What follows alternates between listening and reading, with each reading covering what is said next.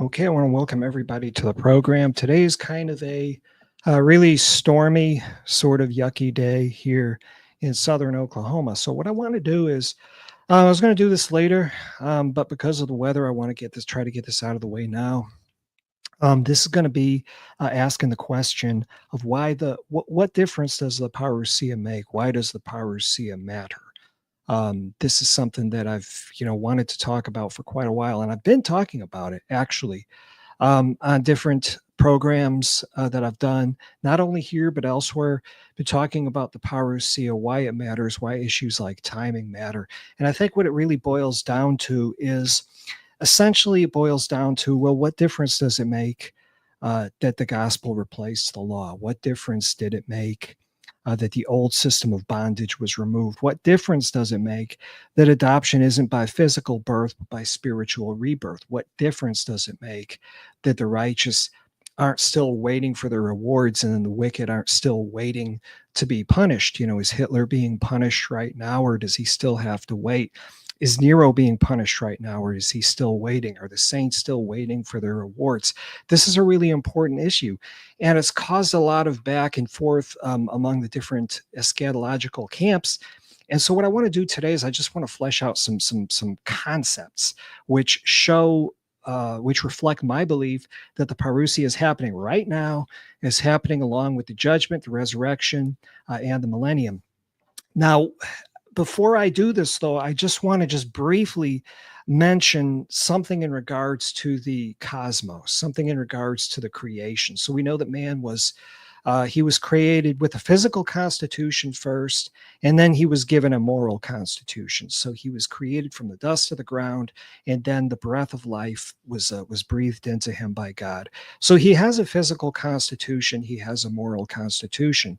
What happened was he died in the same day he ate of the fruit of the knowledge of good and evil. And he morally died first, like right away, immediately, he morally dies. So there's a moral death in Genesis chapter 3.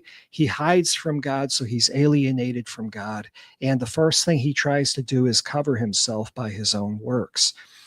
So this again could be seen as a proto-evangelion, and it's really, there's a lot of symbolism in it, but there's also a lot of truth and a lot of New Testament truth in it. So he covers himself with his works, and then God comes along, of course, seeks him in the cool of the day, which some people would say typifies the end of that dispensation. A sacrifice is slain. He's eventually, well, the gospel is preached to him. He believes a sacrifice is slain. Then he's covered with better works, and he's basically allowed to leave the garden. But the truth is that he morally dies that day. And he died in the day that he ate the fruit. So this is not something that he had to wait 930 years for. This is something that actually happened in that day. So not only is there a moral cosmos associated with man, there, of course, their physical cosmos is created first as well, but then a moral cosmos is created. And so that moral cosmos can be seen as Judaism plus Christianity. So what I'm seeing is that all restoration, all restitution is in the form of an introversion. So there's a physical fall, a moral fall, then there's a moral restoration and a physical restoration. There's an Adamic fall, and then there's a national creation, then there's a national recreation, right? So the national creation of Israel, Old Testament Israel, is decreated and is recreated in the form of the Christian church, the true Israel of God. And then at the end, there's an Adamic restitution. So the gospel goes out to all nations. The one thing that was preventing the gospel from going out to all nations in its fullest sense was, of course, the nation of Israel, when this idea of ethnic peculiarity, if you will, where it's like this is the base, there's an ethnic base. That generation was being led in the wilderness by Moses, but they had to believe the report of the spies. And when they didn't believe the report of the spies, that's when they were condemned to wander in the wilderness, ultimately dying in the wilderness. So a lot of typological truth, but it was the new generation. It was the new generation that got to enter the land. And so the new generation, and let me just quickly check just to make sure that my just to make sure that everything's rolling. Just want to make sure my audio's okay. Let's see.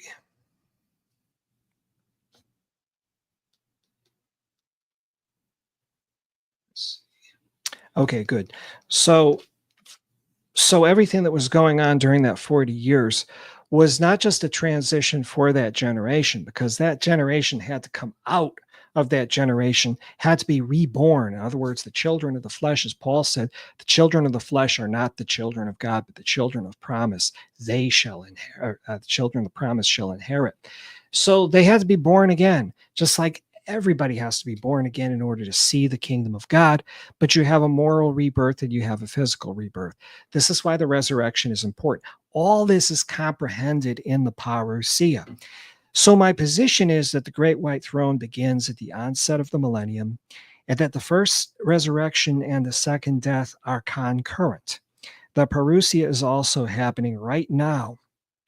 I'm also going to argue that the bride, the true Israel, was married in AD 70 when the harlot, when the false bride was put away, and that we are the children of Christ and his bride. So there's this idea of being summoned to the marriage supper, the supper of the Lamb. I believe the supper of the Lamb happened in AD 70 when the bride was married. And this happened in conjunction with the divorce of the unfaithful bride who was espoused to Jehovah, but she couldn't keep from her fornication with the other nations. So I don't think there's any way that anybody can really deny the force of this argument that in the book of Revelation, you have two brides being contrasted. You have two cities being contrasted.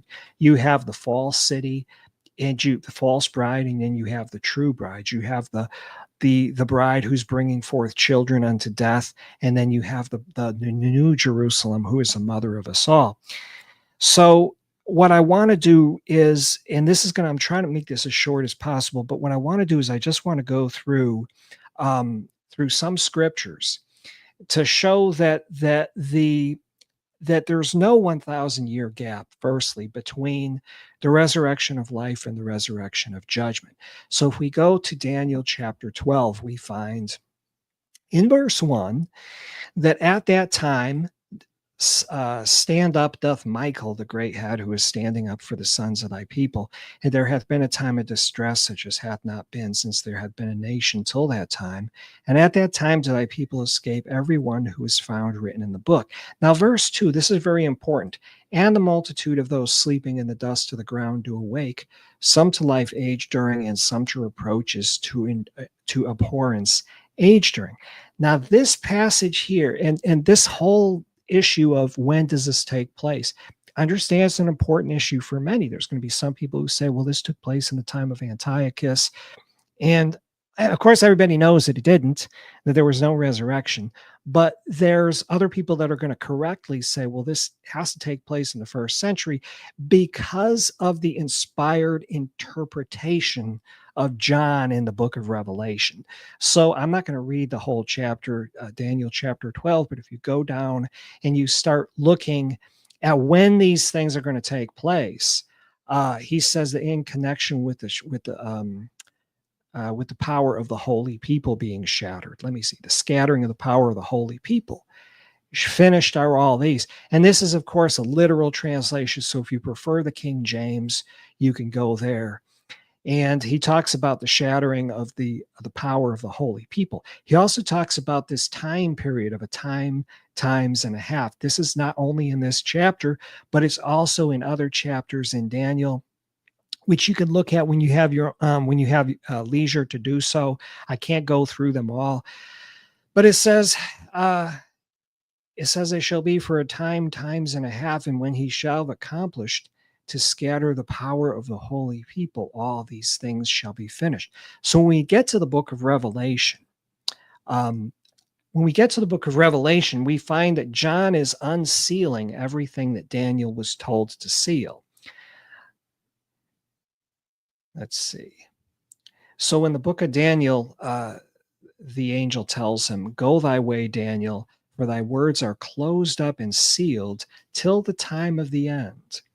So when we get to the time of the end, which is approximately AD 68, that's when John is told, "Wait a minute, don't don't seal these things up because the time is at hand."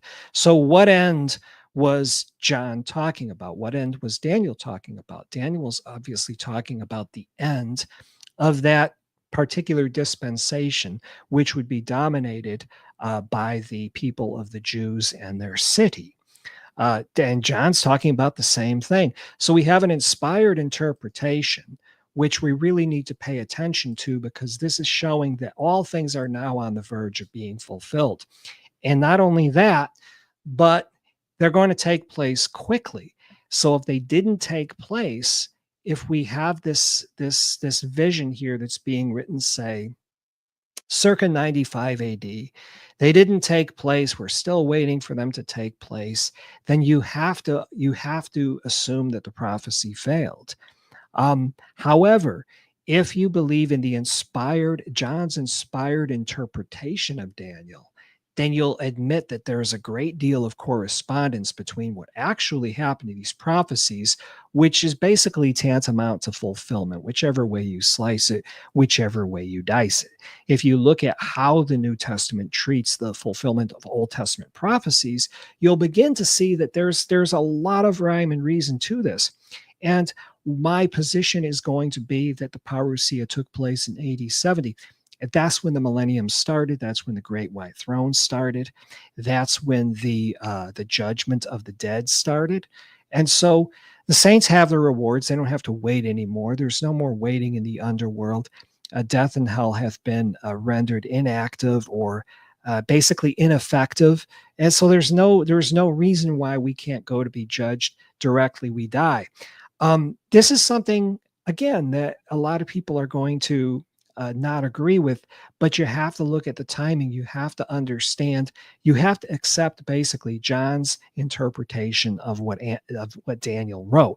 That's the foundation. If you don't accept what John's interpretation of the book of Daniel, then you're looking at a future parousia. You're looking at people still waiting in the underworld potentially, although they'll say they're in heaven, but there's some discrepancies which we'll go through in just a little bit. But Daniel chapter 12 is a verse which Daniel chapter 12 verse 2 is obviously parallel to Revelation chapter 20. Verse 11, starting with verse 11, where it says, "I saw a great white throne and him that sat on it, from whose face the earth and the heaven fled away, and there was found no place for them.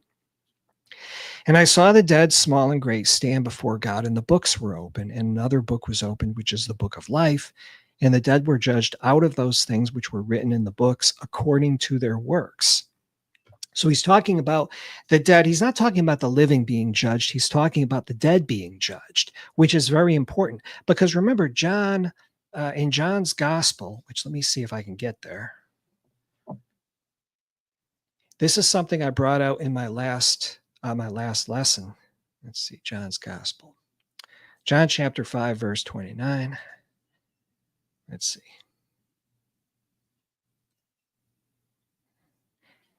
So, verse 28. "So marvel not at this, for the hour is coming in which all that are in the graves shall hear his voice and shall come forth." So the people who are in the graves, they're coming forth and they're going unto a resurrection. So they're going either unto the resurrection of life or they're going unto the resurrection of damnation. So they're not being resurrected out of their graves. They're coming out of their graves unto a particular resurrection. This is what Daniel's talking about in chapter 12, and this is what Revelation is talking about, or what John's talking about in Revelation chapter 20. So let me go back there. So he sees a great white throne. And I'm pretty sure that this passage right here, concerning the great white throne, I'm not 100%. I can't prove it, but I believe that this was probably transposed at some point, because we know that the book of Revelation, as it's come down to us, as we have it today, we know that it's been edited. We don't know how much it's been edited, but there are certain verses which critics will say, well, this is where an editor came in and maybe gave a parenthetical explanation or what have you. So we know that it's been edited. I don't know if the passage has been transposed or not, but we see a series of recapitulative visions where the writer is going back and he's describing something from another standpoint, or he's recapping. So he sees an angel coming down, then he sees thrones and the persecuted, martyred saints being living and being seated on those thrones. Then he sees a great white throne. All of these things are contemporaneous. So if you took this passage right here and you stuck it at the beginning of the chapter, just for purposes of clarity and for easy reading and coherency, the chapter immediately everything starts to make sense. So he sees this great white throne. He sees both the wicked and the righteous standing before the throne. He sees the righteous going unto the first resurrection, and then he sees the wicked being cast into the second death. And then, of course, they don't live again until the 1,000 years are completed. So this is a temporary sort of thing. I think this solves all the problems in contemporary eschatology, especially when you start thinking of it from the standpoint of pre-mill versus a-mill, or even post-mill versus pre-mill, where that there's that chapters 19 and 20, that there's a continuity and a sequence in these visions where the little horn is destroyed, he's cast into the lake of fire, and then Christ comes and the kingdom is given to the saints, Daniel chapter 7. And then that's when the saints are rewarded. So the saints are rewarded after suffering through this period of persecution. But then the pre-mills, the historic pre-mills, and even the dispensational pre-mills will say, well, there's a space, this 1,000-year gap between the resurrection of the righteous and the wicked. And I don't see that. I mean, I used to think that for a few years. And then the more I started looking into it, I said, I don't really think that there's this long gap of time between the resurrection. What it looks like in Daniel chapter 12 being compared with Revelation chapter 20, it looks like these resurrections are taking place at the same time. So those who have endured unto the end, they're being rewarded with a resurrection unto life. Whereas the wicked, they're being cast into the second death. They have to wait for their resurrection. Now they have to do their penal sentence. And this, of course, agrees with Matthew chapter 18, with the parable of the unjust debtor, where he's cast into prison. He's given to the jailers till he pays all that is due. Not to say that the debtor won't ever be released, because that's not what the passage says. It says that he can't enter the kingdom right away. He has to be thrown into the second death or outer darkness. There's different terms that are used. And then afterwards, the rest of the dead live after the 1,000 years are over. So the saints who are raised, they live and reign with Christ for 1,000 years. So throughout the period of the millennium, they're serving on, say, the board of trustees, or they're the Sanhedrin in heaven. So when somebody dies and they're clothed with their body from heaven, they receive their resurrection body if they're just, and they go before the throne to receive the resurrection body. But this is the thing: there's a consistory, there's a Sanhedrin, there's a council that's going to judge how you lived. They're reigning with Christ and they're judging with Christ. And this is the council that's seen, I believe, in Revelation chapters 4 and 5. Also in chapter 14, where it's talking about the 144,000 that are caught up first. That's the church of the first fruits. So the church of the first fruits, they're caught up, and then they serve on this royal board where they're assisting in judging the nations and judging the dead with Christ throughout this period. So go back to the Sermon on the Mount. Let's see. So we go back to the Sermon on the Mount and we talk about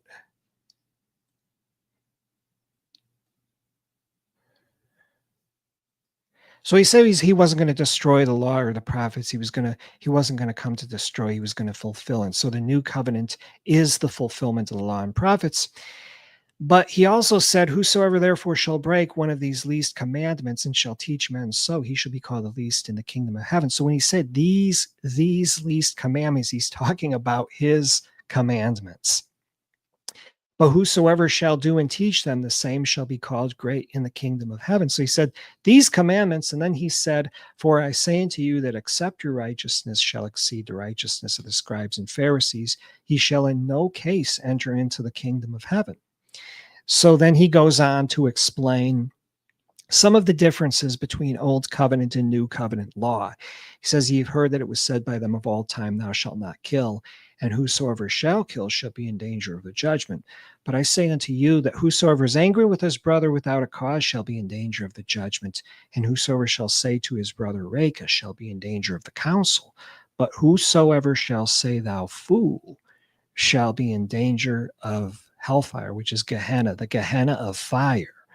So now he's talking about there's a point where you're going to be judged on the basis of how you lived. And if the Parousia and the Great White Throne Judgment is a part and parcel of this new economy that was to be established when the old ethical creation dissolved, then there is a judgment in store. For it is appointed unto men once to die, and after this, the judgment.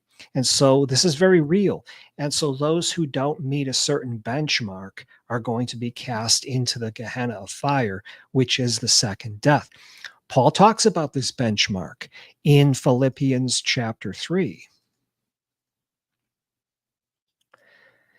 So he says in chapter verse 10, he says that I may know him in the power of his resurrection and the fellowship of his sufferings, being made conformable unto his death, if by any means I might attain into the resurrection of the dead. So he's talking about the out resurrection. And we can go back to Young's literal. And there's a lot of people that don't like Young's literal, but I'm going to say that it's probably a very good version to have on hand. So he says, to know him and the power of his rising again, the fellowship of his sufferings, being conformed to his death, if anyhow I might attain to the rising again of the dead. And so in the Greek, that's exanastasis. So it's an out resurrection. So what is it but this resurrection unto life, where now the saints, they go before God, and those who have endured unto the end, those who have met this benchmark of moral conformity to Christ, the second death has no power over them because they've reached the end goal of salvation, which is moral conformity. They don't need any further discipline. They don't need any further purification. So they get their immortal resurrection bodies right away. Now, somebody who hasn't met the benchmark, who hasn't morally conformed to Christ, they're going to need additional purification. So in Malachi chapter, I believe it is 4,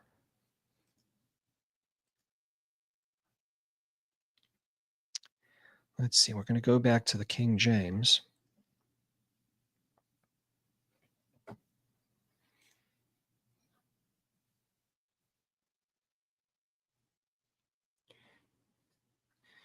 Let's see, it may be chapter 3.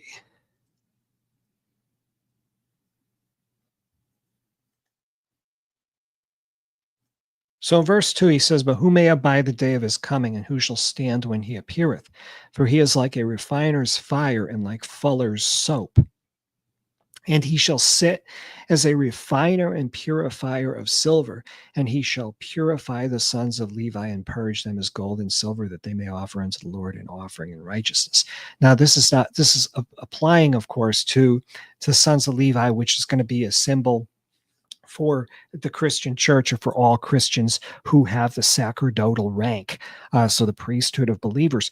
But it's also in a larger, in a more expansive sense, it's also going to relate to all humanity, because remember, there's there's a physical creation, and then there's a moral creation. The moral creation is nationalized when Israel becomes a nation. So we find a moral creation immediately after the fall, there's a need for sacrifice. There's a need for obedience to God. There's a need for faith, as we have the heroes of faith mentioned in Hebrews chapter 11.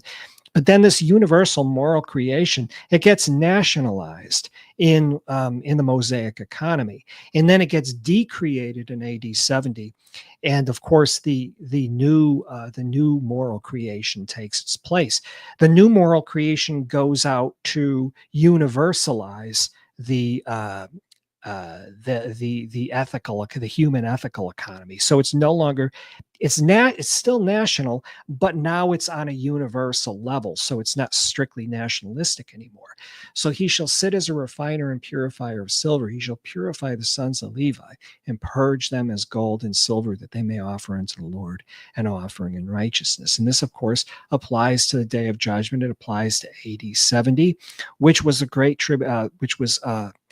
which culminated, of course, in the destruction of Jerusalem. But it was during this time that they would have great tribulation. So this was the time when he was sitting as a refiner and purifier of silver, and he purged out all of this old, this wicked dross. All of these tares get burned up, and then what remains but the true sons of God? So you could talk about the 144,000. You could talk about those that fled to Pella. There's different ways that you can look at this, but I'm going to say the first fruits church. They were the ones who were caught up to meet the Lord in the air. They were the ones who formed the nucleus of now what we would call the church. There's a church militant, and then there's another one. I forget the exact terminology, but the church militant is on earth, and then there's like a church victorious that's in heaven. So the church is not only in earth, but it's also in heaven. And those who have attained that, who have made it to that benchmark of moral conformity, they receive the first resurrection. They reign with Christ throughout the entire millennial period. Those who don't, those who have to be thrown into the lake of fire, they don't live again until 1,000 years are over. So I don't really see any real difference between the first death and the second death. I think the second death, that word deuteros in the Greek, it says nothing. It connotes nothing regarding nature. It's strictly connotes sequence. So it's not as if the writer is saying that there's going to be, that the second death is a different kind of death, that it's a qualitative difference. It's a numeric difference. In other words, they don't just die once. They're not alienated from God once in Sheol or in Hades or in the grave, but they have to die twice. They're alienated from God. They're stuck outside the kingdom twice. Not only the first time was in Hades, the second time is going to be in outer darkness, outside the kingdom, or in the lake of fire. In the lake of fire is where they undergo disciplinary purification so that they can live again and can receive these immortal resurrection bodies. And so that ultimately all mankind can be redeemed and can stand before Christ is a redeemed humanity, so that the curse can be undone, and so that so that Jesus Christ fixes the problem that Adam created by bringing sin and death into the world. So it's going to be it was a universal fall. It's going to be a universal salvation.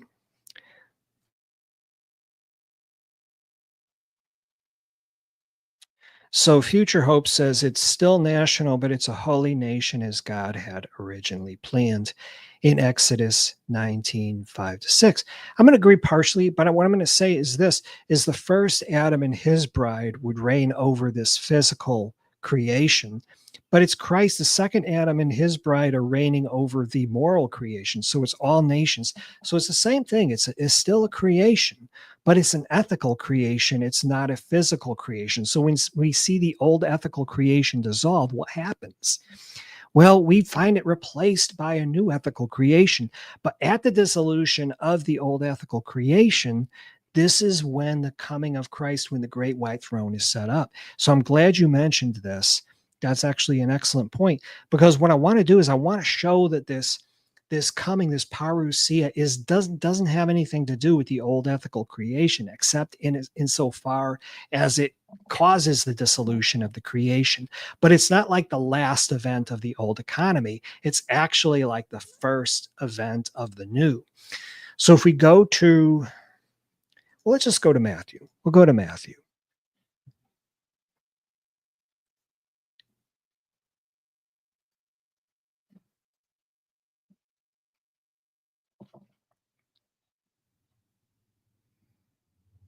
So in Matthew chapter 24, in verse 29, he says, immediately after the tribulation of those days shall the sun be darkened, and the moon shall not give her light, and the stars shall fall from heaven, and the powers of the heavens shall be shaken. So he's talking about the decreation or the dissolution of the old ethical order, the ethical order of Judaism or Mosaism. And then shall appear the sign of the Son of Man in heaven, and then shall all the tribes of the earth mourn, and they shall see the Son of Man coming in the clouds of heaven with power and great glory. So anyone who knows their Greek knows that this word parousia, it simply means presence. It's used in that sense throughout Scripture. It's talking about the presence of the Lord when? Revelation chapter 21. Let's see.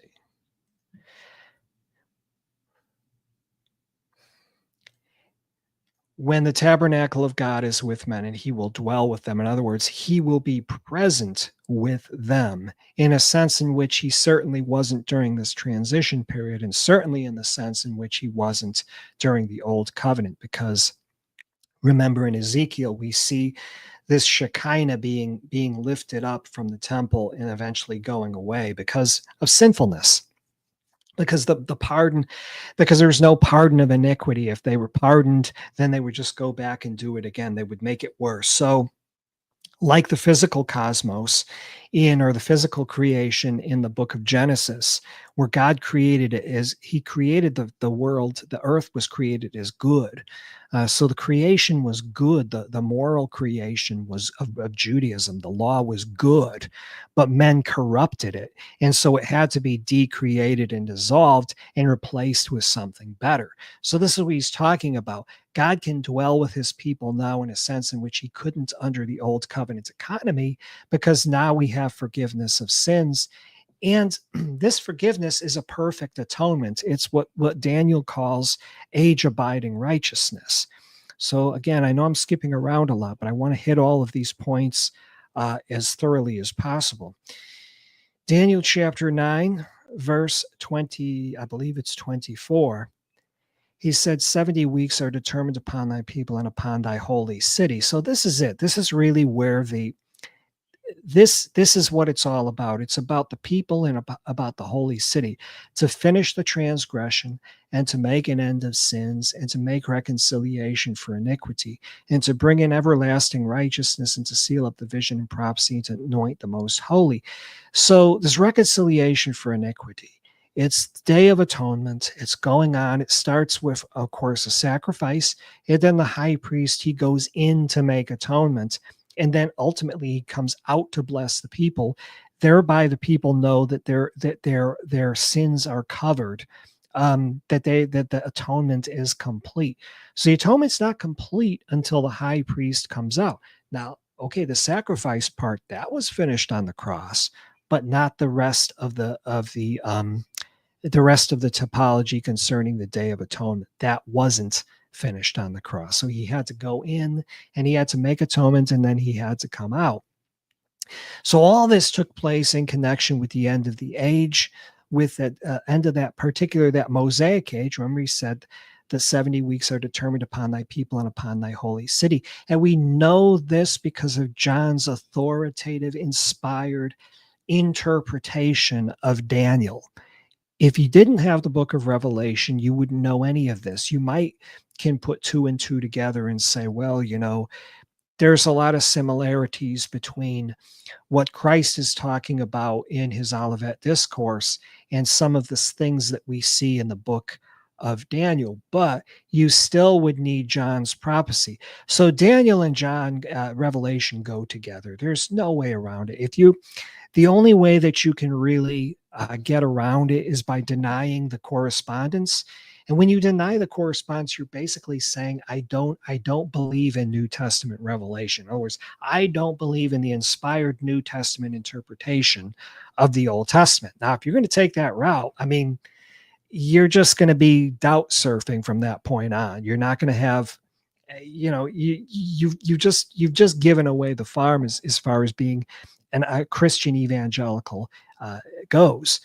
So something that we don't want to go down that road of denying the interpretation, the new covenant, the New Testament inspired interpretation of the Old Testament. Once you do that, you're just basically doubt surfing. So Future Hope writes again, he says, First Peter's 2, 5, and 9 is a drawing on Exodus. Okay, good. So yeah, so there's a spiritual nation. It was a physical nation, but then it got transformed. That's what I mean by the first generation and the second generation.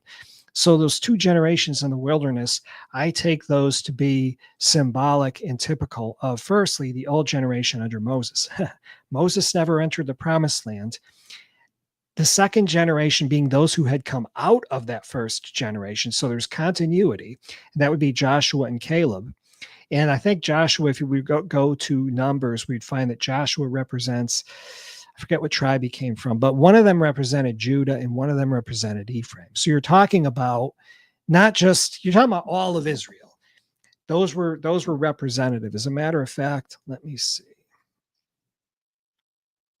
I think it's in Numbers chapter, I want to say it may be chapter 11.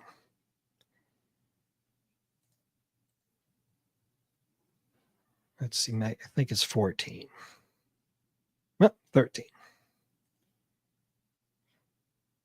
Of the tribe of Judah, Caleb, the son of Jephunneh, and of the tribe of Ephraim, Hoshea, the son of Nun. So those two right there, they stand for all Israel, but it's still not the same generation. They had to be born again. In other words, they had to detach from the old Israel and they had to be born again into the new Israel.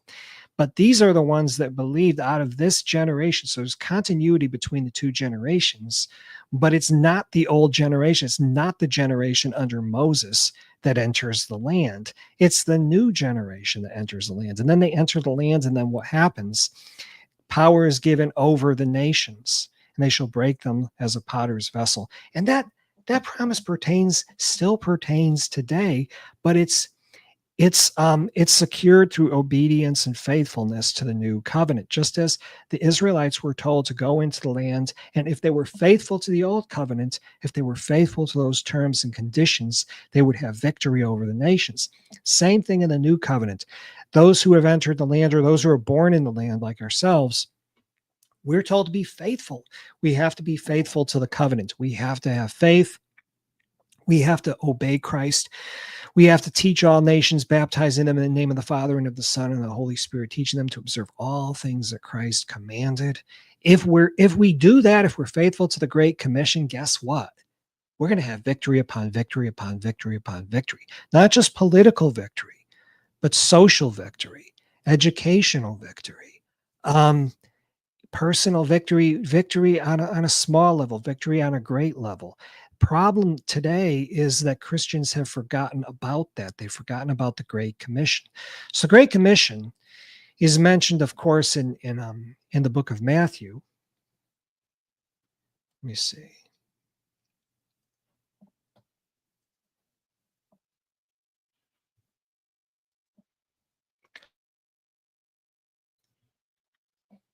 So it's mentioned in the book of Matthew, and he talks about going and teaching all nations, baptizing them in the name of the Father and of the Son and of the Holy Ghost, teaching them to observe all things whatsoever I have commanded you. So this is land entrance language right here. If you've noticed, if you've ever taken a look at the various commissions throughout the Gospels, you'll find that they're a little bit different. This one right here, this is the land entrance commission. This is the one that started, I believe, in AD 70. And I think we have it. I think what Christ is doing is drawing off of Isaiah chapter 66. I think that's what he's doing because it's similar. It's not identical language, but it's similar language. language. So in Isaiah chapter 66, this is talking about the new heaven and new earth. He's talking about, well, first of all, he says, shall I bring to the birth? This is a good verse right here. Shall I bring to the birth and not cause to bring forth? So the birth pangs being the great tribulation, what was to come out of the great tribulation was the new Israel, was this new generation. And then they would go into the land. And then this is when the Great Commission would begin. So the Great Commission is not just restricted to Israel. It's not just restricted to the nations within which scattered Israelites and proselytes lived. It's talking about even the nations. It's talking about even the nations that are afar off, that have not heard my fame, neither have seen my glory. They shall declare my glory among the Gentiles. And they shall bring all your brethren for an offering unto the Lord out of all nations, upon horses and in chariots and in litters and upon mules and upon swift beasts, to my holy mountain Jerusalem, saith the Lord, as the children of Israel bring an offering in a clean vessel into the house of the Lord. And I will also take them for priests and Levites. So if Paul, my friend Paul, is watching after AD 70, he uses this verse all the time, talking about the priests and Levites under a new economy and how they go out to the nations after Jerusalem is destroyed, and then they bring the gospel of salvation to all the nations. And then this is the millennial period.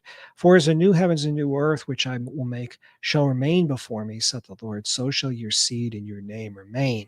And then he talks about all flesh coming to worship before him. And then again, we have this vision right here: the carcasses of the men that have doesn't say the souls of them. It says the carcasses of the men that have transgressed against me. For their worm shall not die, neither shall their fire be quenched, and they shall be an abhorring unto all flesh. So this is the age-abiding contempt that is given to those who transgressed against Christ in the first century. Also, of course, this is where we have to get, where we again have a literal interpretation, and then of course we have a more transcendental or ongoing interpretation which applies to an individual. So there was a physical casting into the valley of Gehenna in AD 70 that was right outside the gates of Jerusalem. But then you have the New Jerusalem being established upon the ruins of the old Jerusalem.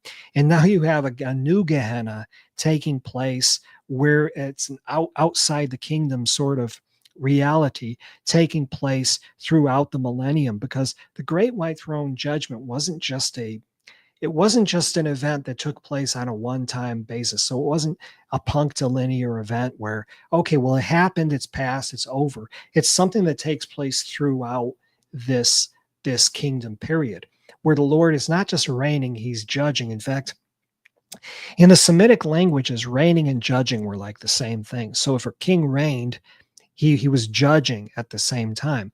He would reign and judge. These words were used interchangeably. There's no such thing as a king that just sits on a throne with his hands folded and doesn't judge. I mean, if he's reigning, he's judging. This is why I like to bring up Micah. Let's see.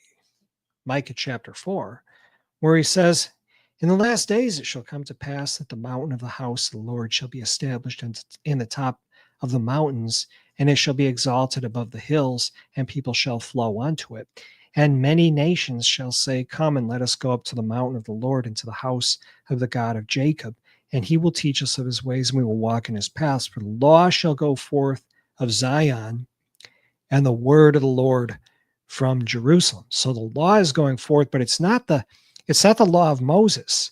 It's the law of Jesus. It's the law of Christ. Excuse me. And then it says in verse 3, and he shall judge among many people and rebuke strong nations afar off, and they shall beat their swords into plowshares and their spears into pruning hooks. Nation shall not lift up a sword against nation, neither shall they learn war anymore. And this is something that we're looking forward to see, the reign of Christ. It's a long drawn out thing. If you remember the parables that Christ gave of the kingdom of heaven, he said in one parable, he said it's like leaven, that leavens everything. It's going to start as a very small principle, but it's going to enter the batch of dough. It's going to be placed in the entire batch of mankind, and ultimately it's going to leaven the entire lump.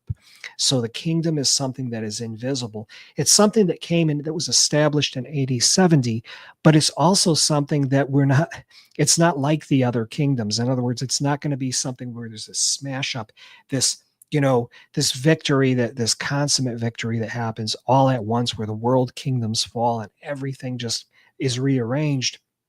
This was a Pharisaic way of looking at it, and that's certainly how the kingdoms of this world operate. But with Christ's kingdom, it enters as a leavening element, and ultimately leavens the whole of mankind. It's a moral and ethical kingdom. It's not a physical kingdom. Now, will it have physical effects? I believe it will have physical effects once the moral dilemma of mankind is addressed.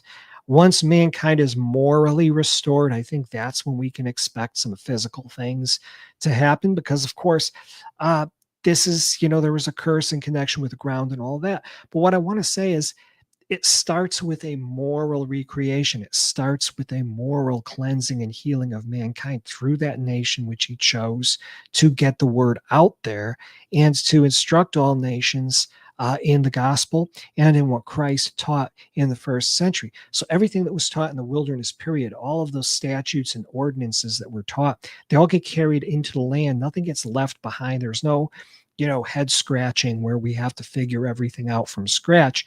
There's going to be certain things, well, yeah, we have to use common sense.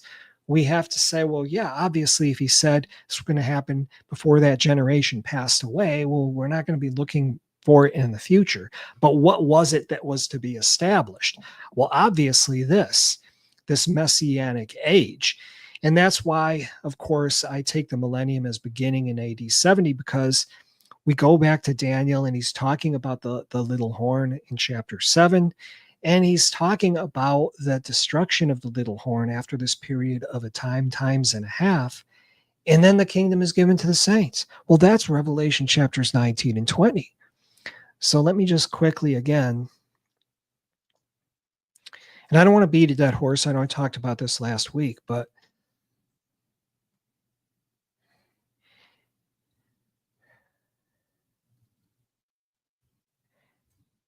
the judgment shall sit. So that's where he's talking about the judgment, where John's interpreting this in chapters 4 and 5, I believe, where he sees the thrones set up and the Ancient of Days sitting, and then he sees the little horn speaking great words against the Most High, and persecuting saints for times and a half.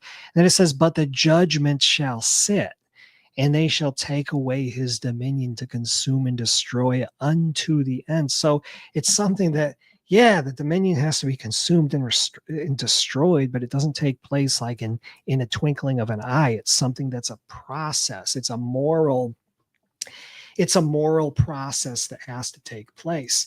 And this takes place throughout the millennium. And the kingdom and dominion and the greatness of the kingdom under the whole heaven shall be given to the people of the saints of the Most High, whose kingdom is an everlasting kingdom, and all dominions shall serve and obey him. So this is Revelation chapters 19 and 20, because when he sees the beast and the false prophet cast into the lake of fire, then what happens right after that? Then you have the passage of, let's see, you have the passage of the angel coming down and binding Satan. Now, in my last lesson, I talked about Satan being Old Covenant Israel, or actually Old Covenant Judaism, or unbelieving Jewry, however you want to phrase it. And they were the ones that were deceiving the ethne. They were going behind Paul's back. They were creating doubt. They were at the vanguard of this apostasy that would take place in the last days of the Mosaic economy, and this leavening of the whole world with the gospel. If it ends with apostasy, then it was a failure. The gospel was a failure. The church is a failure. Jesus Christ is a failure. No, he's talking about the kingdom of heaven that would be established once this once this obstacle was taken out of the way, it would go forth. That's what Isaiah 66 is teaching. That's what Matthew chapter 28 is teaching. That's what the kingdom texts in the Old Testament are teaching. That's what the book of Revelation is teaching.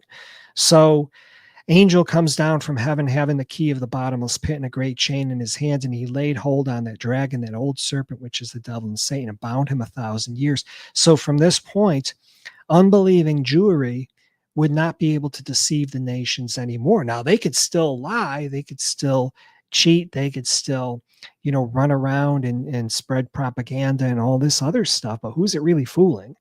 There's not a single nation under the sun that has accepted, as far that I know, has accepted Judaism as religion. And every nation that I know of has laws where you got to be careful what you say, because if you say something the wrong way, even though you're not anti-Semitic, which I'm certainly not, you could be it could be misinterpreted as anti-Semitic. So they're not really fooling anyone, because the nations have to be, hey, these nations, they have to be, there has to be some laws, there has to be some restrictions on what they could say, or we could have a problem on our hands. We can have anti-Semitic outbreaks. We could have things like the Holocaust, which was horrible. But the nations are not going to be fooled by Judaism. That's why no nation on earth has accepted Judaism as its religion, but they've accepted Christianity. Now, when they're cast into the bottomless pit, they can't deceive the nations anymore. Said nothing about persecution, said nothing about anything else, but they can't deceive the nations anymore till the 1,000 years should be fulfilled. So remember that it was a twofold process. So you had AD 70, you had the destruction, breakup of their national and religious center. And then you had in 135, you had a final eviction from the land, 135 AD. So it's reversed. There's a two-stage process where it gets reversed. So it gets reversed when you have a return to the land, but that's not enough for Satan to be unbound. You also need a temple. So will this ever happen? Some people say it won't. I think ultimately it will, but this is not something this is after the millennium. So that's something that we could talk about another time. But these are mysteries this is part of the mystery of iniquity that has to be clothed in symbolic language, and it has to be spoken in a very circuitous and almost double speaking way, because you don't want to say too much, because then people are going to get the wrong idea about what you're saying, and that could cause all kinds of complications. But my question was why the Parousia matters. Well, it matters because of all of this. If the Parousia isn't going on now, if the dead aren't being judged, if people aren't being rewarded, the saints aren't being rewarded, and Peter's still waiting for his reward, Paul's still waiting for his reward, Hitler's not being judged, Nero's not being judged. It's a mess. Now, what I have here is a book, and this will be my last, coming down to the end here. Go ahead and stop the screen.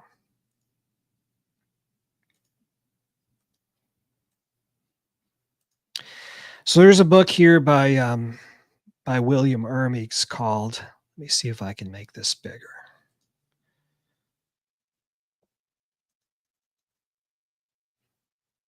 It's called Christ Came Again. It's an interesting book.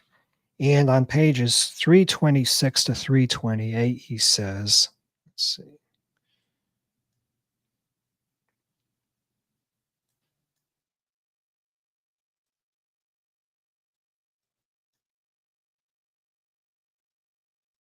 So this was interesting. Ermey said, let me see if I can make this a little bit bigger.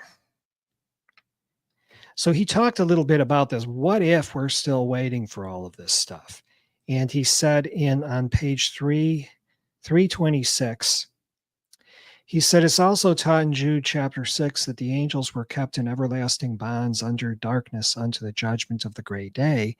indicating that this great day of judgment was one wherein wicked spirits received their rewards. It being asserted also that about this time the devil is cast into the lake of fire and brimstone, agreeing with Matthew chapter 25:41, where it is related that the king from the throne of his glory shall say to those on his left hand, depart from me, ye cursed, into eternal fire, which is prepared for the devil and his angels. Now, he doesn't he's a little bit wonky when it comes to the millennium. So he does believe that the great white throne takes place at the Parousia, but he's a little bit wonky when it comes to the millennium. Now, he believed in eternal conscious torment. So this is why he doesn't want to say the rest of the dead live again when the 1,000 years are over, because he wasn't a universalist. So he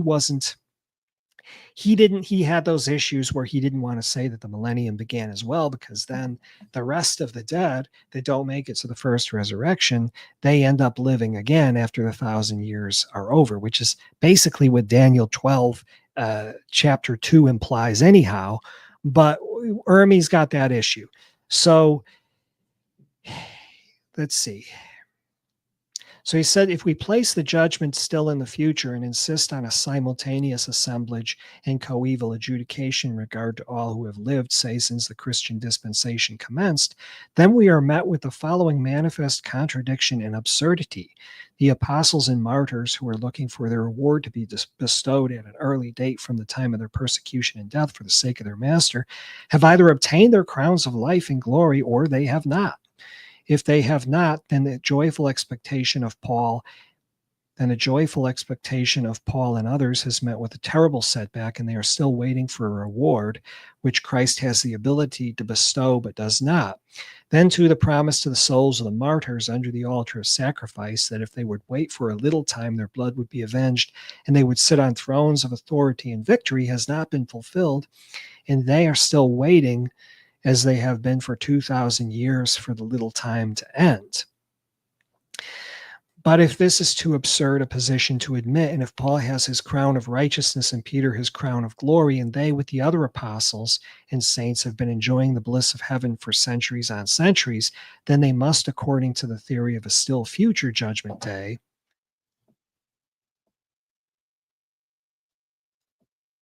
leave those heavenly regions and, ceasing their loving service to the Master in the Father's house, appear before the judgment seat of Christ somewhere to receive their sentence and be rewarded anew the glorious crowns which they have had for so many hundreds of years been wearing with fancied security. And he talks, of course, about Judas falling away that he might go to his own place. He asks, must Judas and all them who with him are justly enduring eternal wrath come from their place in Gehenna and taking their position before the throne, having as their companions Paul and his fellow apostles from glory, all be judged in a judgment day still in the future? So it matters if the parousia hasn't happened, if it hasn't taken place, then nobody has been rewarded yet. The rewards weren't to be given out in an intermediate state. They were to be given out at the resurrection. So what am I saying? Well, I'm saying that the resurrection is going on throughout the millennial period. If the millennium started in AD 70, which I believe it did, and I believe it's still going on now, then the resurrection, the great white throne judgment is happening now. The parousia, or the reign of Christ in his presence in the church, is going on right now. And John talks about, I think in John's gospel, if you look very, very carefully, you'll see some modifications, or not even modifications, but you'll see him bringing forth all of this stuff that isn't in the synoptics, because Christ spoke a lot of things when he was during his earthly ministry, which weren't to be revealed until later. The things relating to the parousia, relating to the future parousia, are being brought forth in great measure in the synoptic gospels. But the things which would take place during the parousia, there's a lot of things that John deals with only in the Gospel of John. So if we go back to, let me end this. So if we go back to the Bible, let me just make sure, share screen.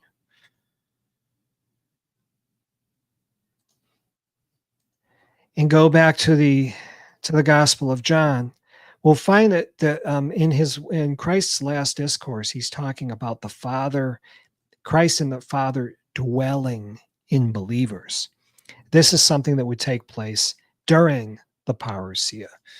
think it starts in chapter 14, where it talks about talks about in verse 1, it talks about Christ going to prepare a place for you.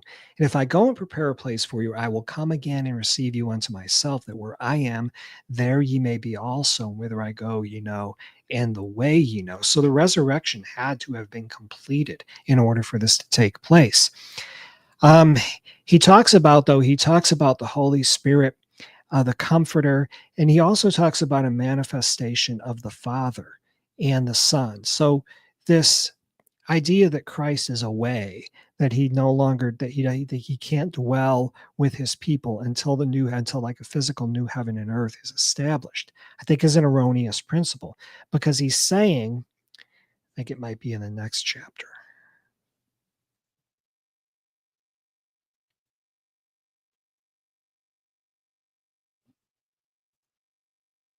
See, I'm trying to find it.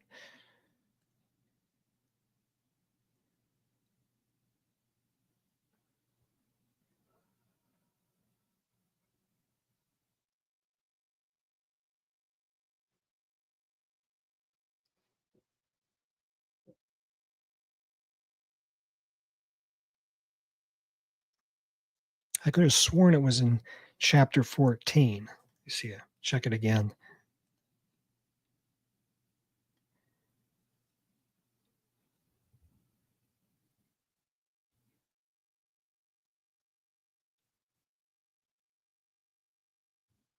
Here we go. In verse 21, it says, He that hath my commandments and keepeth them, he it is that loveth me, and he that loveth me shall be loved of my Father, and I will love him and will manifest myself to him. And he says, And my Father will love him, and we will come unto him and make our abode with him. Well, that sounds an awful lot like what would happen once the parousia arrived. And John doesn't deal with anything related to the end of that particular dispensation. A lot of the things that Christ of spoke in regards to his parousia, to his presence, is only brought out by John, because I believe John's written after AD 70. So he's talking about this period that we're in now, where Christ and the Father make their abode with us.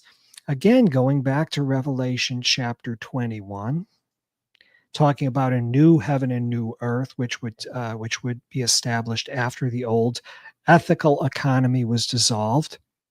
There's a recreation of the ethical economy. There's a new Jerusalem. There's a new heaven and new earth. There's a new law. There's a new king. And of course, there's a new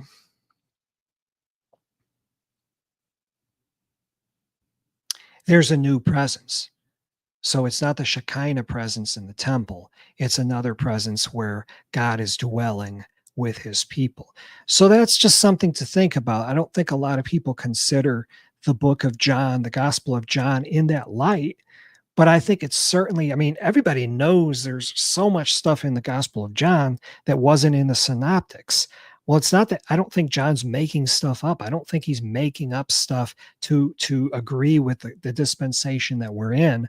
I think it's just certain things that were spoken by Christ regarding post AD 70 realities are now being brought forth by John and being taught dogmatically in his gospel. So, anyways, that's what I had for today. I want to do this again, but I just want to say, what difference does it make if the parousia is still future? Well, it makes a huge difference. It makes a difference between the old system being intact versus being removed. It makes a difference in as far as adoption being by physical birth as opposed to spiritual birth. It makes a big difference in as far as waiting for rewards, the righteous waiting for their righteous rewards versus the wicked being judged. So it makes a huge difference. If you just take Christ's words at their face value and understand that he wasn't talking about a parousia that would take place thousands of years in the future. He was talking about something that would take place before that generation passed away. Well, now you've got something to work with. Now you've got reality to the claims you're making. If you claim that you're going to go to heaven when you die, well, now there's a realistic basis for those claims. You're not in Hades anymore because death and Hades have been made inoperative. They've been made ineffectual. And this was something that Christ did on the cross when he was raised from the dead. He destroyed death and Hades, but it wasn't removed completely, I don't think, until AD 70. So a lot of timeline issues, a lot of stuff that I brought forth here, but let's see, Willie's weighing in, Wally's weighing in, sorry. Good stuff. Sounds like you're premillennial printers. For the most part, yes, I would consider myself that. Let's see. Future Hope says 2 Corinthians 3:18 speaks of a transformation from glory to glory. There are only two glories in that chapter, the Old Covenant glory and the New Covenant glory. Again, I think this is sounds solid, good, clean, common sense. The old glory and the new glory, one was going to replace the other. So we're talking about a new covenant glory. And so I think it's good. I think it's a good way to approach these texts. There's a lot of meat I know that I've brought forth here, but if you have any questions, let me know. I want to thank you all for popping in, watching this program. If you have any questions, comments, disagreements, critiques, let me know in the comments. In the meantime, I hope everybody has a wonderful week and stay cool. We'll talk to you soon.